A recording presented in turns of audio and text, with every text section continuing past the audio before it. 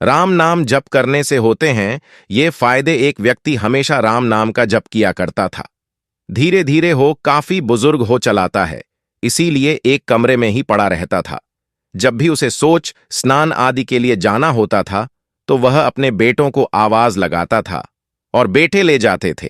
धीरे धीरे कुछ दिन बाद बेटे कई बार आवाज लगाने के बाद, कभी बार आवाज लगाने के बाद कभी कभी आते और देर रात तो भी नहीं आते। इस दौरान वे कभी कभी गंदे बिस्तर पर ही रात बिता दिया करते थे। अब और बुढ़ापा होने के कारण उन्हें कम दिखाई देने लगा था। एक दिन रात को निवृत्त होने के लिए जैसे ही आवाज ला आई, तुरंत ही एक लड़का आता है और बड़े ही कोमल स्पर्श के साथ उनको निवृत्त करवाकर बिस्तर पर लिटा जाता है। अब ये रोज का नियम हो गया था।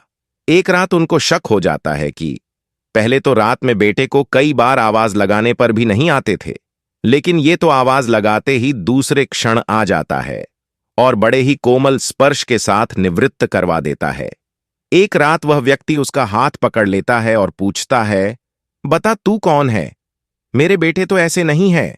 तभी अंधेरे कमरे में एक अलौकिक उजाला हुआ और उस लड़के रूपी ईश्वर ने अपना वास्तविक रूप दिखाया। वह व्यक्ति रोते हुए कहता है, हे प्रभु, आप स्वयं मेरे निवृत्ति के कार्य कर रहे हैं। यदि मुझसे इतने प्रसन्न हैं तो मुक्ति ही दे दो ना।